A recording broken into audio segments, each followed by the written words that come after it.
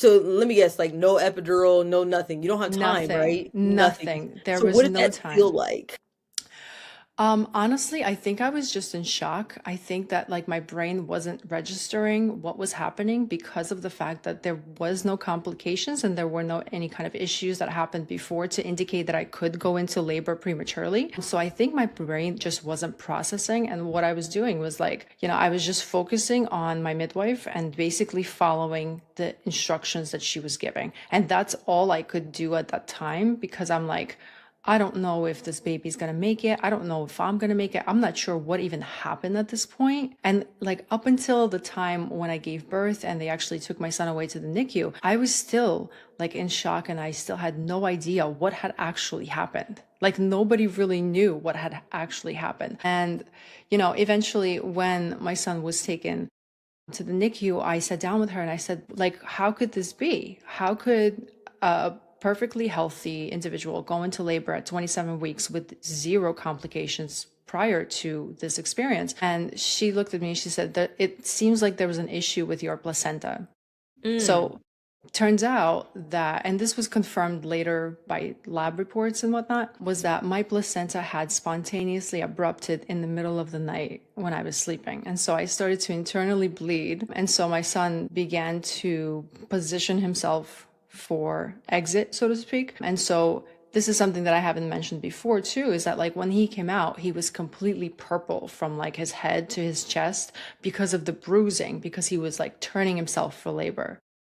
So Wow. we really didn't know whether or not he was going to even survive that because obviously no epidural, no steroid shots, nothing. It was just like, hey, here you go, you're going to push and the baby's out. Boom. And so the whole process was extremely fast. It was extremely traumatic and it really didn't like the situation didn't register until probably like that afternoon to that nighttime when I was like, oh my God, like I remember going to the mirror and like feeling my belly and just feeling like something was missing and like I wasn't complete anymore, but it wasn't like registering yet, if that makes sense. Like my brain had like issues catching up of what actually happened.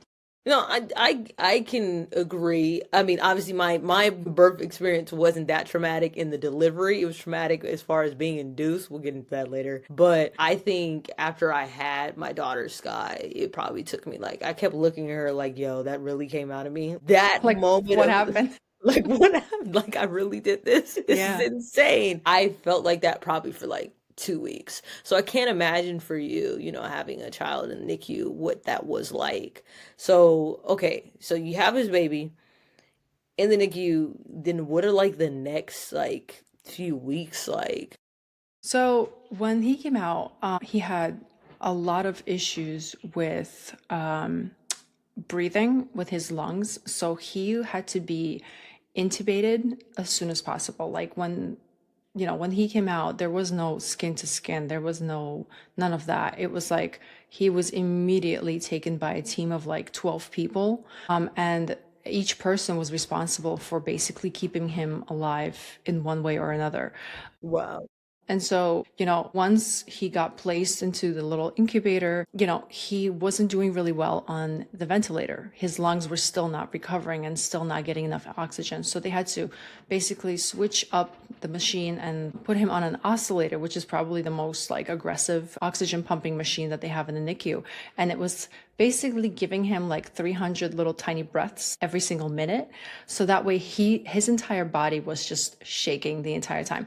And just for reference, guys, my son was 2 pounds and 7 ounces when he was born. He was the size of like a little tiny eggplant. And he kind of looked like one because he was so bruised up from the trauma when he was turning and positioning for birth in my stomach. So the first couple of weeks were extremely traumatic because we really had no idea whether or not he was even going to live.